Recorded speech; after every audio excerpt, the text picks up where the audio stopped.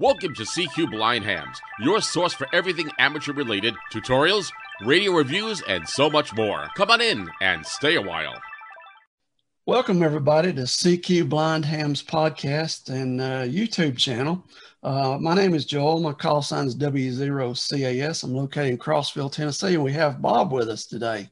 My name is Bob K8LR, and I'm in Kalamazoo, Michigan, where it's 34 degrees on this supposedly wintry day.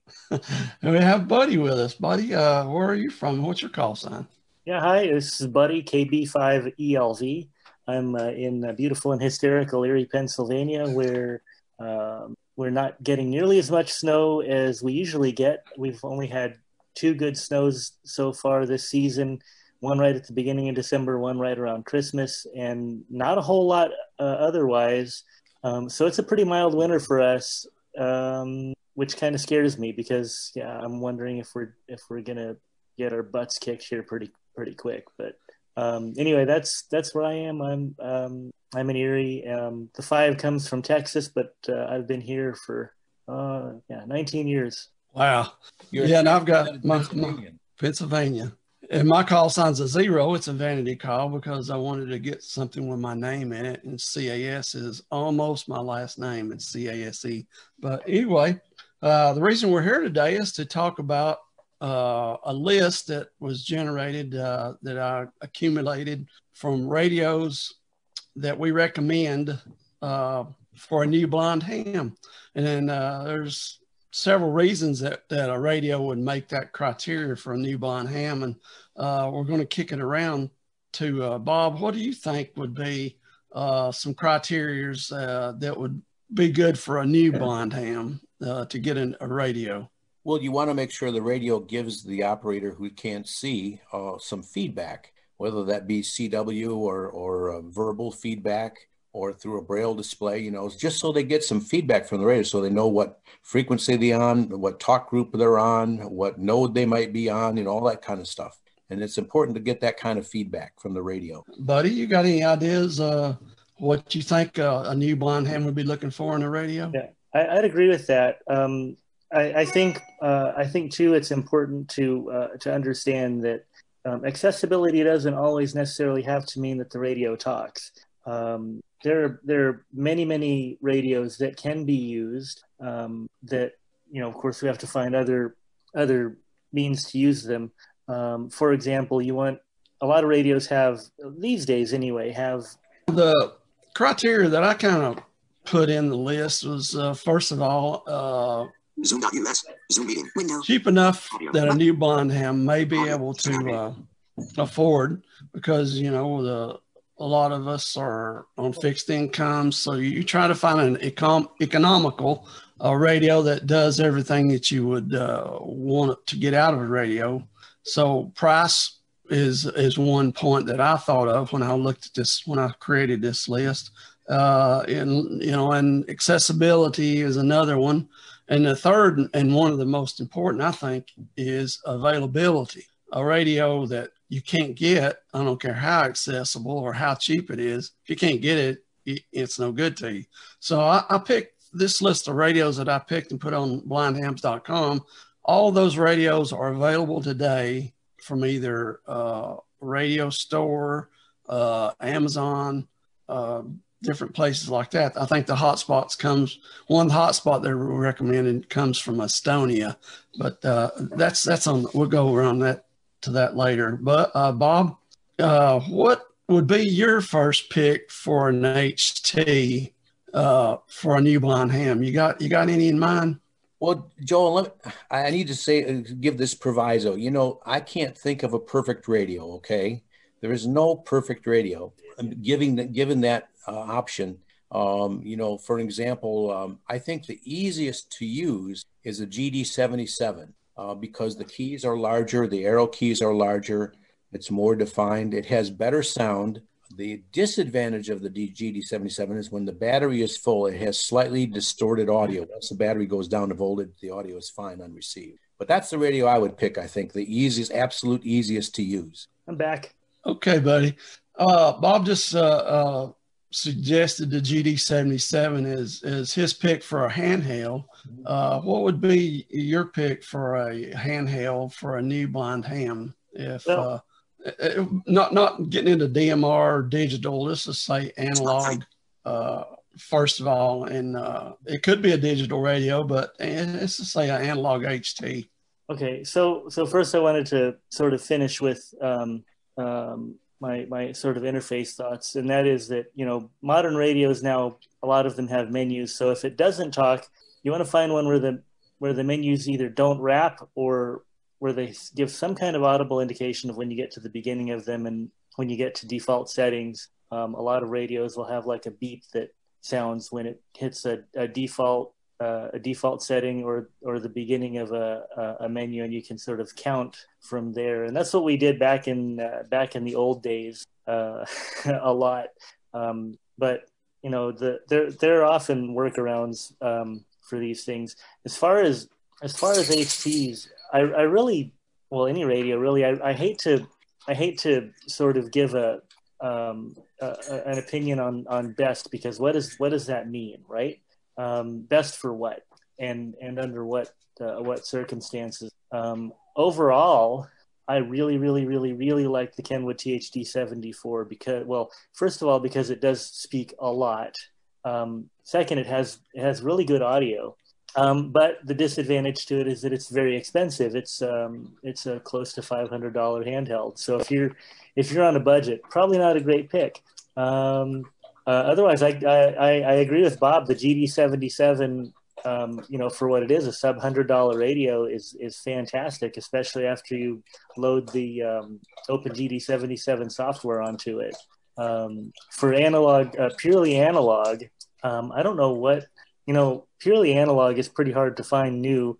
The Baofeng is cheap, and that's about the only thing that it is. It'll get you on the air. That was my first radio. Yeah. I had a BF8 HP. I've got 4 of them here. I bought a UV5R when it came out.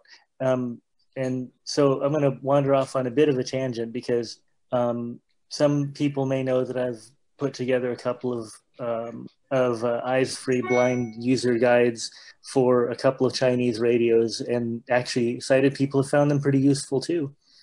But that started in 2010 with the Osheng UVD1P, which was the first dual band radio out of China that looked like it had pretty useful speech feedback. And so I was very excited. It was cheap. You know, at the time it was less than $200, which was cheap. And I mean, like with all the accessories, extra battery eliminator, the whole thing, I got away with less than $200, and that was pretty exciting at the time. And so from then, I just really became very interested in what they were doing with these Chinese radios. So I got that one. I got the Baofeng UV5R, and then I got the Puxing UV973, also known as the UV9R. Unfortunately, that one has the most speech feedback out of all 3 of them, but it's also the hardest to find. So I would say I like that one the best, but it's hard to find. You have to really hunt for it. The Baofeng is hit or miss. You have to be careful who you buy from, because some of them aren't really up to scratch. All of the Chinese handhelds have undesirable audio, you might say, and I'm no audiophile,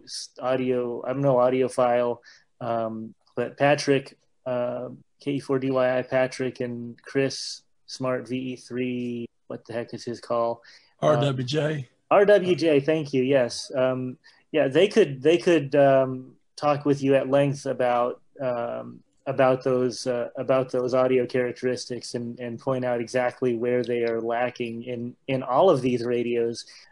So yeah, best is kind of relative. It depends on what you have to spend and what you prioritize. Yeah, that's kind of what the list was about. It's best is a suggestive opinion. Joel, the ham that you were talking about earlier that called you asking for a recommendation, she obviously went by price because she bought the lowest priced unit she could get, which was the RD5R. and then of course needed help to get the software loaded, the Open GD77 software and the rest of it, the talking software that you have to load and that sort of thing. I thought she got the 1801, but okay. Yeah, they're both the Baofeng RD5R and the DM1801. My pick was going to be a radio that I don't have, and it was going to be the DM1801 based on, like Buddy said, Patrick's review. He says it doesn't have the battery problem. The RD5R doesn't either. And I think, Bob, you have both of those. You have all three of them. I have the RD5R, I have the 1801, and I have the GD77. So you still think the 77 is your favorite of those three? Actually, the MD1801 is the best one as far as audio goes, but it's a little harder to use because of the way the keys are laid out. Oh, okay. Yeah, it has a couple extra keys, and they're smaller, aren't they? Yeah, they're smaller. They has a couple extra keys. Once you learn the keyboard, it's probably the easiest to use as far as accessibility. But when you first look at the keyboard, the keys are small and they're hard to know which key to push until you get used to it. Okay. Buddy, do you have any one of those three radios? Yeah, I just have the GD77, and I bought that because at the time it was the one that was most well supported, and actually it was, the other ones were all marked as very, very experimental, and so I don't have the other two, but it seems to me that Bob and Patrick both bring up very good points about the ergonomics and so forth. So those are definitely things to consider. By the way, neither of those is going to have the receiver that a more expensive radio will have. But then again, they're under $100. So right, yeah, entry level. It's a good entry level radios. Absolutely. I need to mention one more radio that we haven't got on our list, and that's the THF6A, which is an old Kenwood radio that has no speech feedback, but I've owned it now for 20 years and it still works and it's still accessible because it has fantastic radio. I had one for a long time and passed it on to a friend of mine. Must have been 10 years ago by now, but no, it's a fantastic radio. It's unfortunately not made anymore. Yeah, that's the only reason that we couldn't recommend that radio is it's hard to find, and it'd be used, and you'd be looking at battery issues. Maybe you could probably still get the batteries new. I'm sure for batteries. Oh yeah, Batteries America has them for sure. Okay, so yeah, now I'll give if anybody hasn't seen the list, it's on blindhams.com. Under the study links, it's down at the very bottom of the page.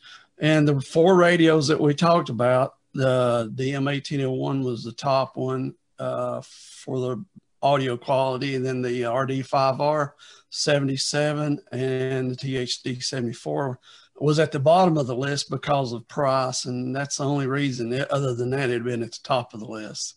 If it was even a $200 radio, it would probably have been a good pick for a new blind ham. And that's sort of what we're looking at, radios for a new blind ham. Joel, I need to mention there's differences in those radios. The top three, the MD1801, the RD5R, and the GD77 are DMR and analog radios. The FTM 74A, it's not FTM, THD 74A. It is a D-Sttar radio. It is a D-Sttar radio and analog. So there's differences there. Yeah, what'd you say, Bob? Yaesu, Bob? I mean, I was saying he was trying to make the Kenwood into a Yaesu. Yeah. Speaking of Yaesu, let's talk about Yaesu for a minute.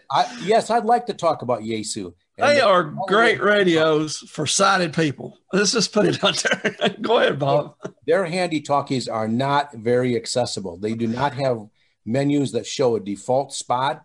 The menus wrap, and they have, but people still use them, but they're not very accessible, unfortunately. And that's a real shame because one of my favorite handhelds, probably my favorite handheld, if I had to rank them, was the Yaesu FT530, which came out in the early to mid 90s, and for its time, it was very accessible. It had menus that didn't wrap, and and when you were programming memories, you couldn't just type in a memory number. But with those things in mind, there were workarounds for it. For example, all the memories were tunable, so you in effect had 41 VFOs. So you could, for example, set up a memory for a repeater that you used a lot, that had the CTCSS tone, the PL tone installed, and then you could tune that memory to something else, and then program a new channel with those parameters intact. It was really cool. That it had different beeps for high and low power, and all kinds of things. It was very accessible. So I don't know what happened to Yaesu, but they just kind of, it was that, then the FT51 and the FT50, which by all accounts, well, I had the 51. It was pretty accessible too, and the 50 I heard was. But then, you start getting into the VX5, VX6, VX7, and it just kind of went downhill, and it hasn't really recovered. And there are rumors that the vice president of sales for North America, whose Chip was at the time Chip K7JA, said to some blind people that, Yaesu's not really interested in making their stuff accessible because blind people can't afford it anyway. A friend of mine actually ran into Chip at the 100th anniversary ARRL convention and asked him about that, and he said he didn't recall saying that. I met Chip as well. He seemed like a perfectly nice fellow, so I don't know whether he said it or not. But the sad fact of it is that Yaesu has just really taken a nosedive as far as accessibility goes, from sort of the early to mid '90s. There is one pretty accessible Yaesu HF radio. That's the FT. What is it? FTM FT450. The 450. Yes, we'll get into that. I've got one of those. But anyway, the HTs. I think we pretty well nailed it. And it's sad that the Chinese radios are some of our recommendations, because that's the ones we had. And the way I took it as, this is a recommendation, because that's what most everybody that I know have a 77 or DM1801 or RD5R. And a lot of people have the THD 74s, which, like I said, is a great radio. I just can't afford one right now. But so that's basically the HT line that we could recommend that's being manufactured right now. Let's move into mobile. This is going to be a very short conversation. The only mobile, because the manufacturers are going to say, why would a blind people need a mobile? They don't drive. Well, they ride in cars. Sure. And I said, we need a mobile because we need to be talking on the radio while or whoever's driving is driving. And, but right now the TMV71A is the radio I have sitting beside me now. It's my 2-meter 440 radio. And also I use it on AllStar. But I know there's a Yaesu radio that we have a review and a demo on CQ Blind Hams that John did, the Yaesu FTM100. But it's not being manufactured anymore. And I don't know a lot about the 300. Bob, do your buddy know anything about another manufacturer that has a decent accessible mobile radio? Well, just the FTM 400, 300, and 100 do have speech if you add the speech synthesizer. But again, the menus don't wrap. There's a lot of things that it will not tell you, but it does have a voice synthesizer in it, so it can be worked with if you learn how to use it. I'm gonna step off the beaten path slightly, because there are a couple of Chinese mobiles that can be, well, okay. Two of them. There's the Osheng UV920 and 950. Those have some speech output very similar to what's available in the handhelds. Unfortunately, there are a couple of key areas that don't speak, and so it kind of makes them quite a bit less useful. Namely, there's no way to determine whether, let's see, it's been a while since I've played with these, but there's no way to determine what your PL tone is, whether you're on, it's not easy to determine whether you're on, which PL mode you're on, whether it's transmitting with tone squelch or what have you.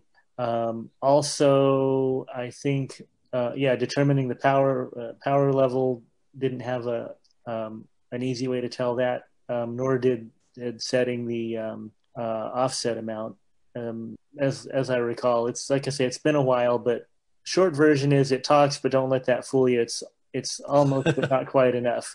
The other one is the TYT TH9800 and 7800, and the only difference being that the 9800 has 6 and 10 meter FM, and the 7800 does not.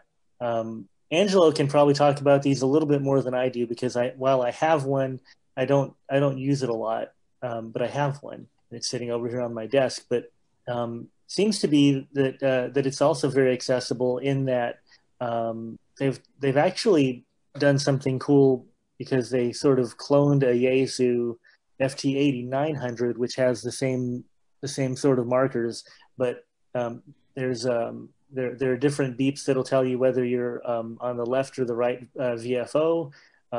There's different beeps for your power levels, where the menus wrap. There's a beep that indicates where the menus wrap.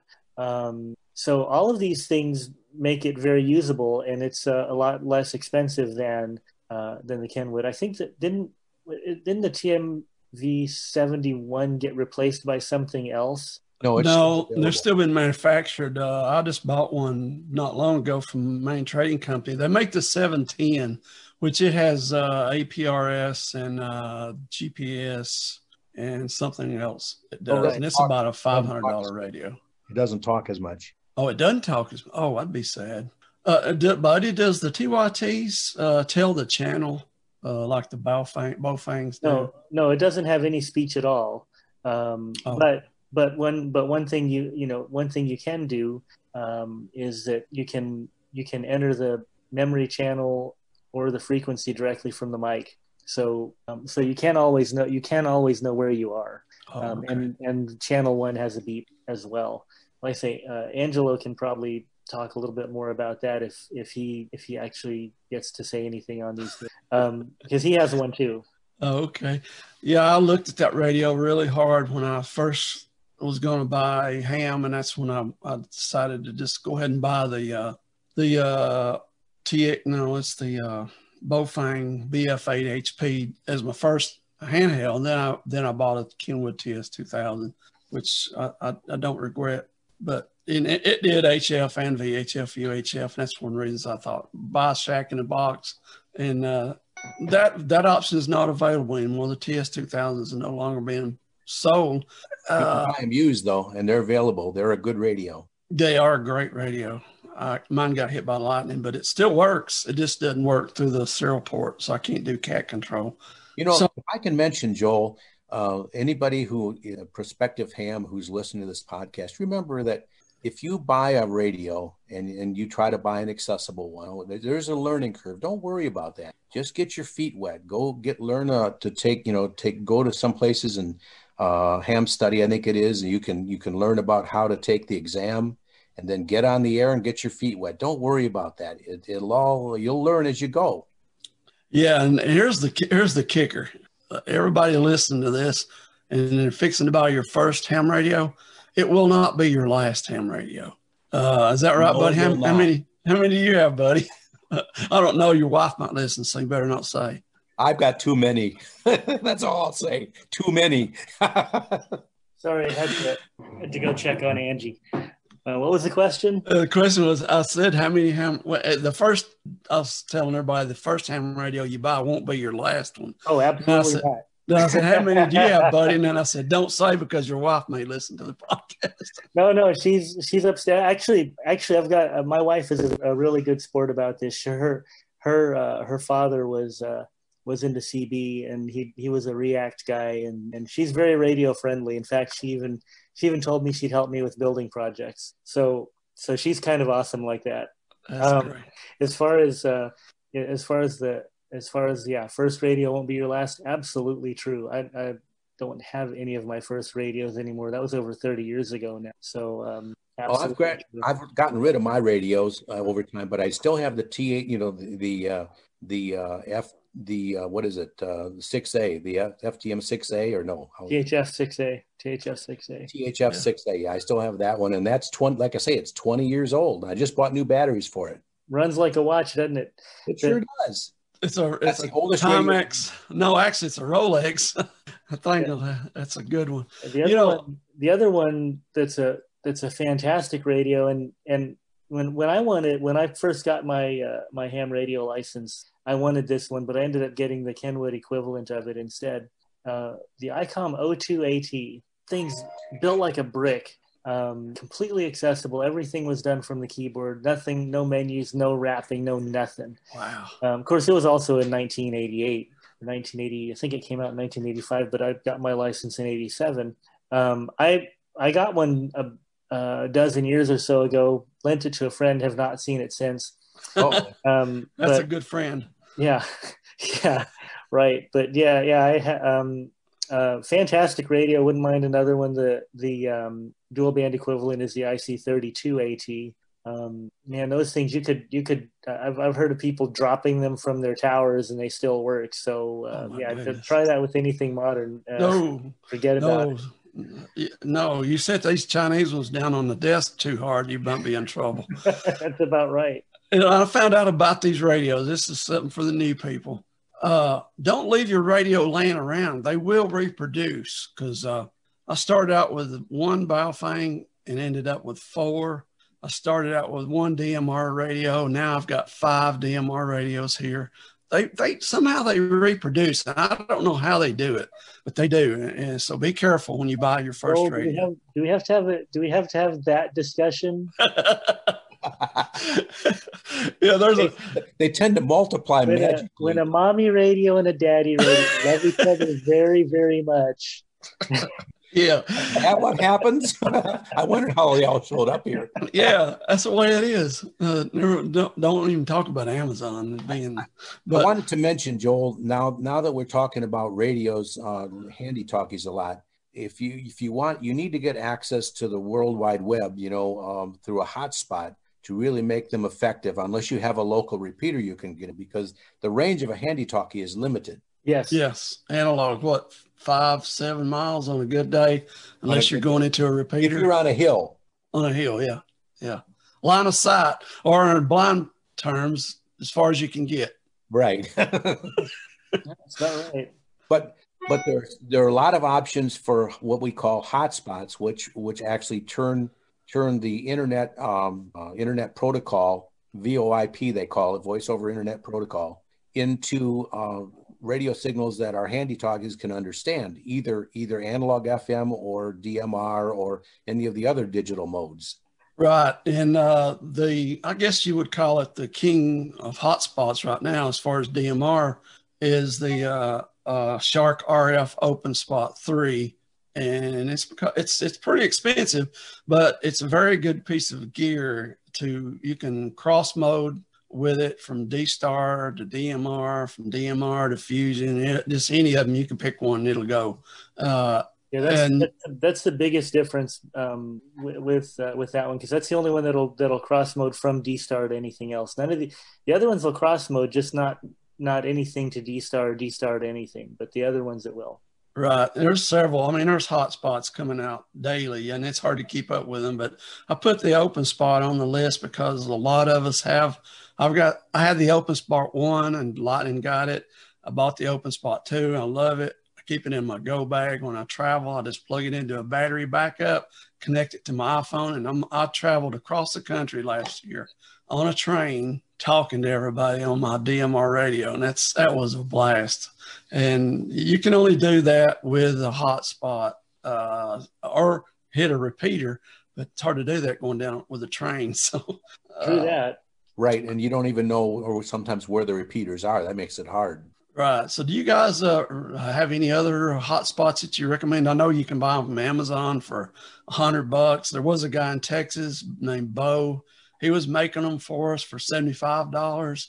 I emailed Bo, and he says he had some parts, but with the virus, it's hard to get some parts right now. But he's going to start rebuilding them soon.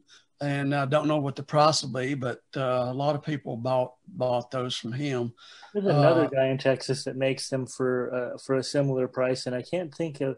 He's a friend of my friend Justin, Justin AI5OS in Austin, and I can't remember the information, but we'll have to ask him. Yeah, this guy was KT1AA, I believe was his call sign. That's Bo. That's Bo, right. And this is a different guy. So yeah, they're definitely out there now. The one thing that most of the hotspots have in common, that is the ones that are not the open spot, is that they run the MMDVM firmware along with the Open Pi-Star. Yeah. Why couldn't I think of that? Because I have one sitting right here. But yeah, they've got a radio, an interface board that has like a 10 milliwatt transmitter on it that runs the MMDVM firmware, and then OpenSpot actually handles all of the interfacing to the internet and all of those things. So they all have that in common. And then at that point, you're talking about things like OLED displays and built-in battery or different different things like the case that it's in or what have you. But the underlying software is generally the same. It's all going to be Pi-Star, which basically is a piece of software written on Linux operating system. It's a Raspberry Pi. And it's on a Raspberry Pi. I've built 4 of them myself, and they're very easy to build. And if you can find a good MMDVM board and a Raspberry Pi 3B Plus and case, you can build one for 50. No, let's see. I think I paid $35 for the Raspberry Pi, and I think they're going to cost almost. And I like the Raspberry Pi 3s because they have an Ethernet port and Wi-Fi. Where my internet is so bad, I have to plug things in via Ethernet to get my full bandwidth. And that's where I have my AllStar node, and I have my 2 hotspots sitting here. I've got them both plugged into my router.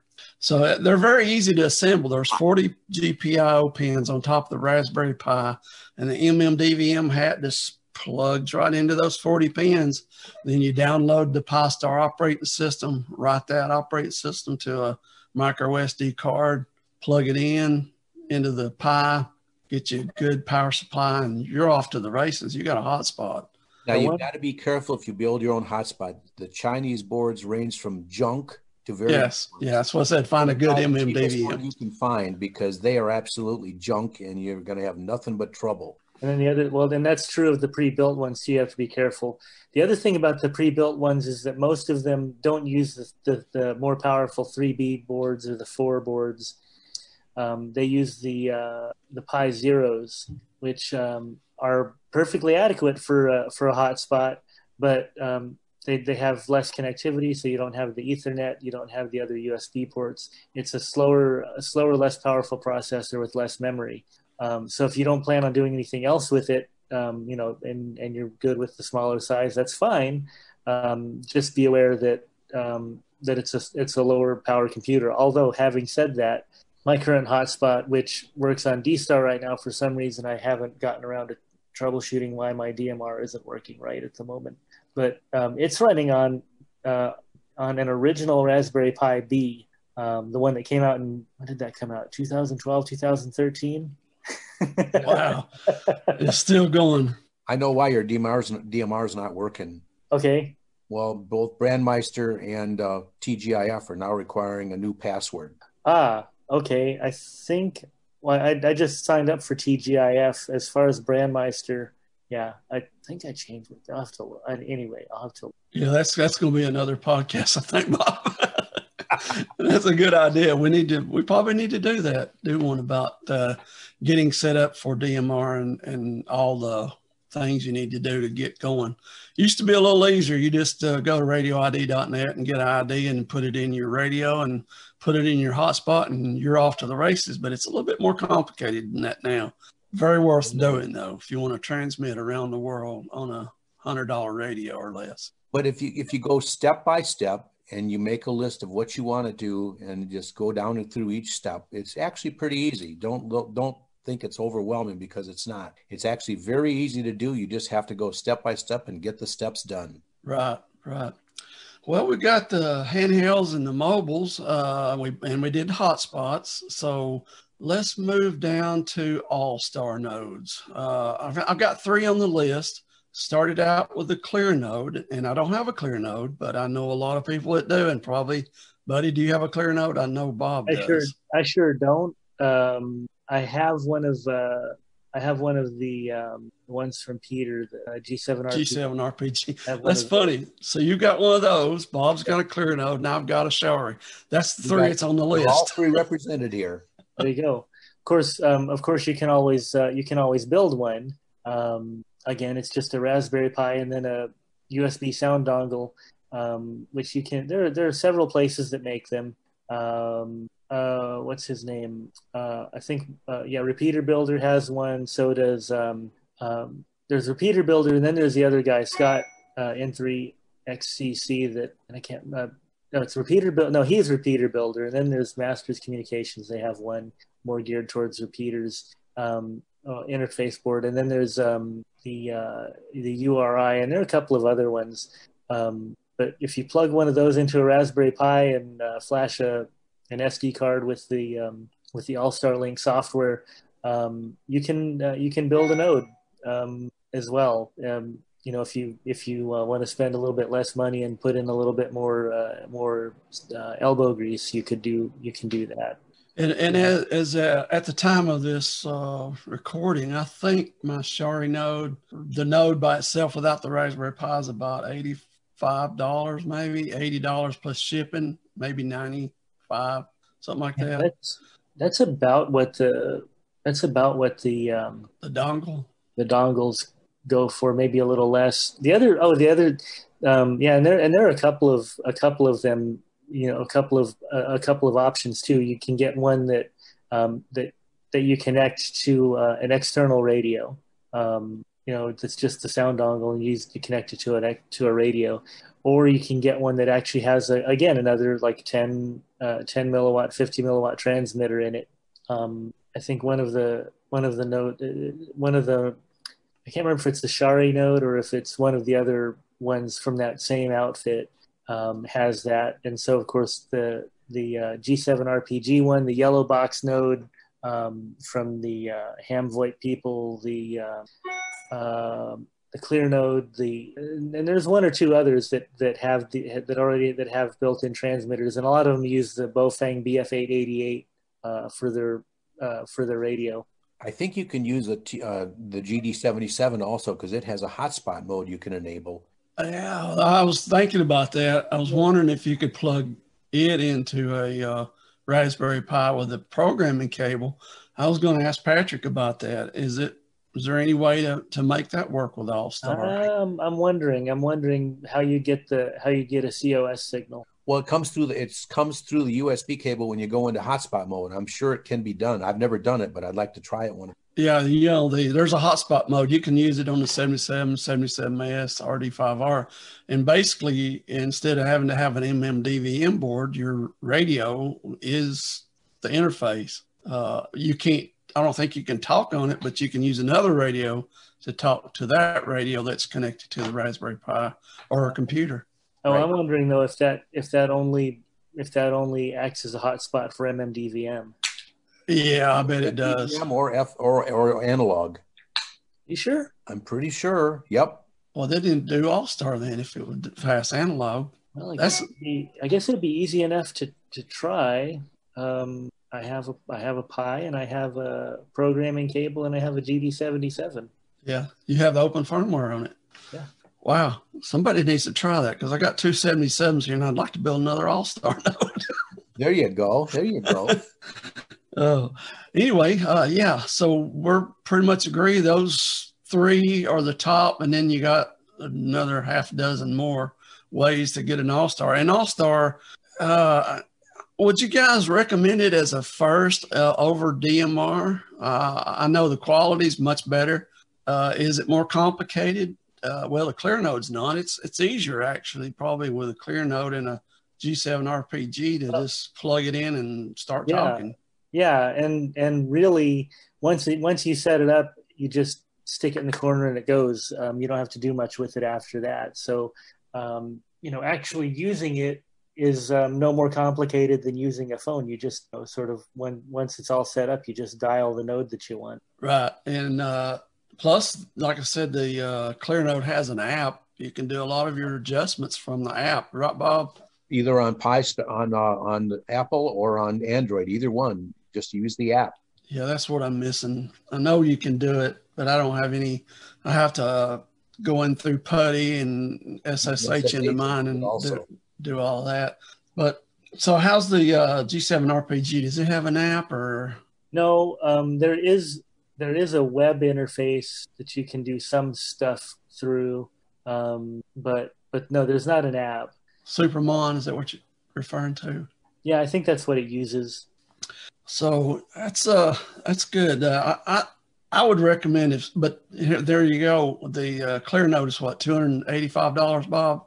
I think so, right around $300. Yeah, so that's another possible drawback to getting, where you can, if we can get Bo, if he starts manufacturing the hotspots for 75, that's all you would need to get into DMR. Where if you're going into AllStar, you're looking at a minimum of $150 because you have to buy the Raspberry Pi, the SD card, the power supply, the Shari or the G7RPG. So you're looking about twice as much to get into AllStar. So that'd be the only drawback to AllStar is the price. The audio quality is superior. The ease of use with the clear node is something I'm wanting. I'm hoping my stimulus check will come soon so I can order me a clear node. But that's the AllStar, and there's been a couple podcasts on the network describing AllStar, so we won't get into that. Well, Joel, if I can mention, whether you go AllStar or DMR, there's some steps you have to go through. You have to register either on DMR or through the AllStar system. So you have to get your node number or your DMR number. And then when you get your hotspot or your node, you have to configure it with a frequency that your handy talkie can talk to. And you have to put your node number and call sign and all that kind of stuff in there. But if you follow step by step what you have to do, it's really pretty easy. And there's step-by-step instructions on how to do all of this stuff. There's a lot of YouTube videos. We have some YouTube and some podcasts on how to do some of this. But yeah, you're right. It can all be done. Maybe not for some it's easy, some it's not, but it can all be done relatively easy, I would say. Wouldn't you guys? Right. Yeah. Absolutely. And of course, if you just want to get a handy talkie and say talk through a local repeater, you just have to find out where the local repeater is. Make sure you know what the PL tone is and the offset is, and you're good to go. Right. And for the THD74 and some of the other radios, the TMV71 mobile, there's a company called RT Systems that makes cables and software that's totally accessible to be able to program channels from a computer. Is that right? Yes. Yeah. Yep. And the nice thing about the RT System software is if you've got several different radios, you can get the programmers for each of them and then migrate the data files between programmers so that you can have all your radios programmed the same. Yeah, it's very good software. I've got it for my TMV71A. It doesn't work on the Chinese radios as the way I understand it, but the CPS, the Baofengs, yeah. But the CPS for you're right. It doesn't work on the GD77 it doesn't work on the Open software, but the Open GD77 programmer is pretty accessible.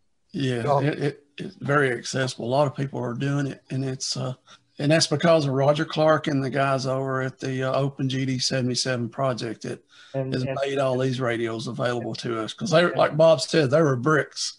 About a year ago?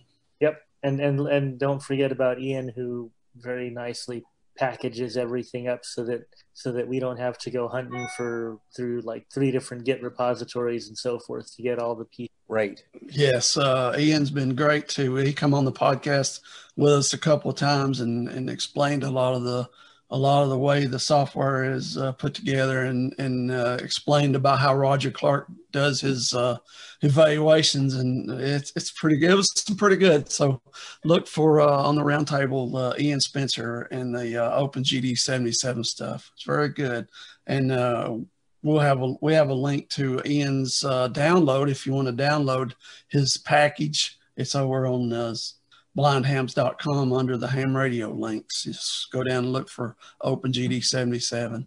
Okay, guys, we got one radio left. We'll knock this one out.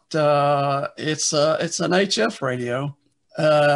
There's more than this radio that's usable, but I don't think for the money there's one any more accessible than the it's sitting right here. The 590 SG. Yes, the 590 SG. Which, by the way, is a radio I do not own. Okay. I own the 590S, which is the predecessor to that one, and that's almost as good. Yeah, they're both great radios. What HF radio do you have, buddy? Well, I have an Elecraft K2 100 watt, which there's an interesting story behind that. I have a KX3. And I have a Kenwood TS440, which I haven't had a chance to get on the air yet, and which came with an MC60 mic, but unfortunately my cat chewed through the mic cable. Uh-oh. Oh no, my puppy, when she was a puppy, chewed through one of my mobile antenna coax, and it's soldered in, so it kind of ruined that base. But with Elecraft makes some great stuff. Now, I'm assuming that you use a ham pod? Well, with the K2, okay, so interesting story about the K2. I got it because I got it as believe it or not, I got it as a thank you gift upon the occasion of the retiring of my first guide dog. So it was kind of a gift from my first guide dog, although it came to me via his vet and a bunch of his pals, because my vet at the time is a ham, and he has a side business. He does like big gun DX towers and stuff. So he got together with a bunch of his DX buddies, and they got this K2 together with the KRC2 accessory or accessibility model. The KRC2 was a band control module thing, but then they added some accessibility, so it had independent Morse output of everything that went on the K2. So I used that. The KX3, I actually did get a ham pod for that. A friend of mine bought me a ham pod, which was very nice of him. You got some good friends. I got some nice friends. Absolutely. I don't know how I got so lucky, but even before I had the ham pod, the KX3 has output of most useful operating parameters via CW. So it's pretty accessible, except for the menus, which you don't have to mess with very much. But there were a couple of times where you need that. So the ham pod's useful for that. The Kenwood 440, I didn't actually need, but I bought it because it was the radio of my youthful lust. It's the one that I wanted when I first got my ham radio license in 1987, but I couldn't get one. So now I have one. I just need to get a new mic cable for the base of my MC60. Also would like to get a CW filter put into it because I'm mostly a CW op, which makes me an oddball. But anyway. No, there's a lot of CW ops on our group, the Blind Hams group.io mail list. There's even a team of CW ops that's going to be in a contest pretty soon, aren't they? Yeah, I'm not much of a contester, but I've been reading about it. Oh yeah.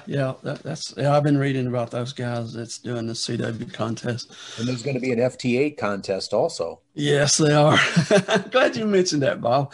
Yeah, the last podcast we did was introducing the FT8 the CQ Blind Hams FT8 contest. It's just for fun. It's everybody's going to just keep up with how many contacts they make in a 24-hour period and submit their account to me, and then I want to get them a certificate made up just to show that they were in the first ever CQ Blind Hams FT8 FT4 contest.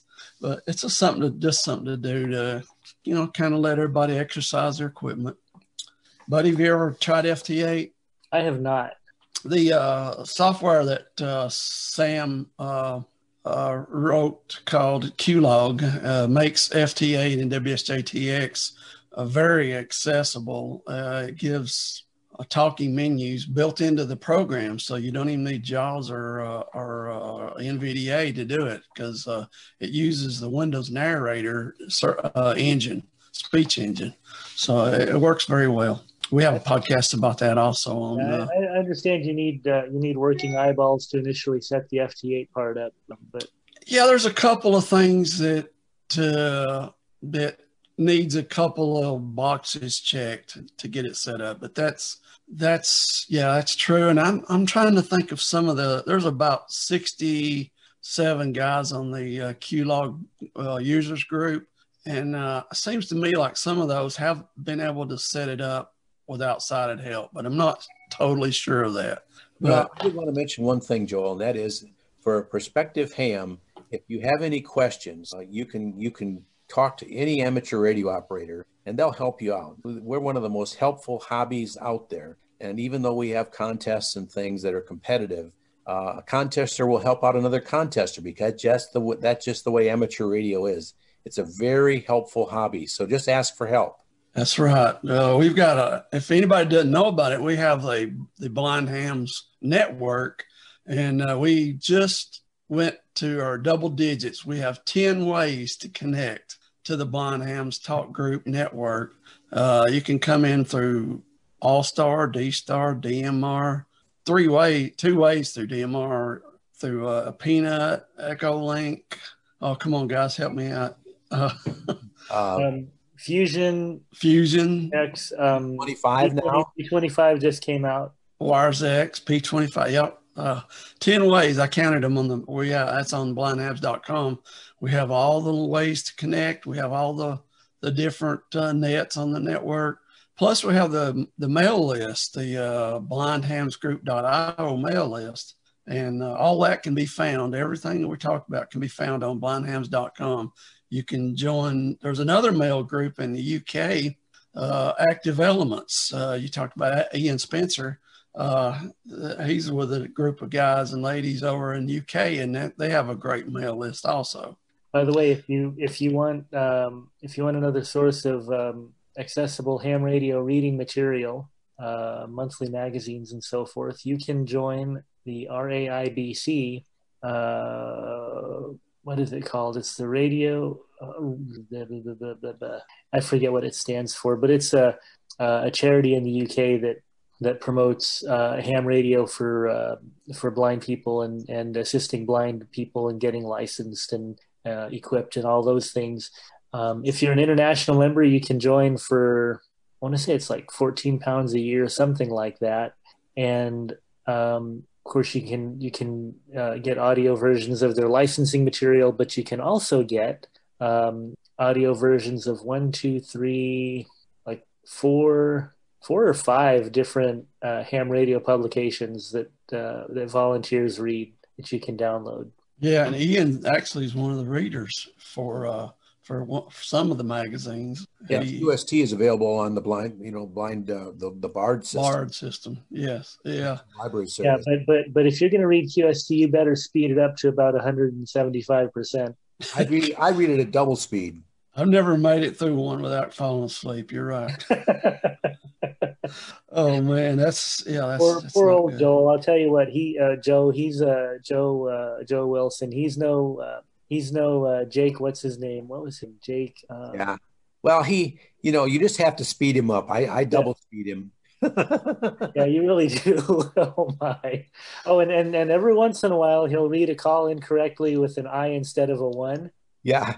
He doesn't know amateur radio at all. Oh wow. We skipped over something. We mentioned the ham pod. Buddy, would you, since you have one, I don't, Bob, do you have a ham pod? No. Would you explain what a ham pod is? Okay, so the ham pod is a box that has a double talk chip in it. It connects with the serial port to the data port of several different radios. You can get it programmed for Elecraft, a couple of Kenwoods or Icom or Yaesu. And basically it speaks all of the visual information on the radio: frequency, memory, channels, menus, power, SWR, all of those things are spoken, and you control it with a 16-digit keypad. Looks like a DTMF keypad laid out exactly the same.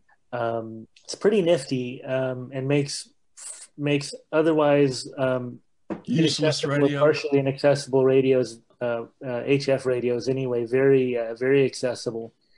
The downside to it is that it's $300. Yeah. That's, you're looking at buying a new HF radio. You're looking at a minimum. I think you can probably get a cheap Yaesu for $650, $700. Yep. But if you're looking at like, for example, like the 590, it's 1200. Yeah, I was lucky enough. I found a base stock from Main Trading Company and got it for $930. I tell you what, those guys that make trading are fantastic. Yeah, I love Richard. B-Stock radio, Joel, that's the one thing that would worry me about the B-Stock radios. Well, I had a problem, Bob. Remember, my 40 meters was right. Bad. I sent it back, and they fixed it for nothing. Upgraded the firmware, sent it back to me, and it works great. I love the radio. But, it's got the full warranty, just like a regular Kenwood off the shelf. It's got the full 1-year warranty. So if it's going to happen, it'll probably happen within a year. Wouldn't you think, buddy? Yeah. Well, guys, anything else? Any other radios that may you recommend for a new blind ham getting into the hobby, whether it be a tech or a general or extra? I think we've covered them. Yeah, I think we have. Well, okay, that's what I believe too, and sounds good. So we're going to keep doing these different podcasts every couple of weeks. So thank you for joining us. Thank you, Bob and Buddy. Look forward to hearing the new amateurs on the radio. So 7-3, guys. 7-3, y'all.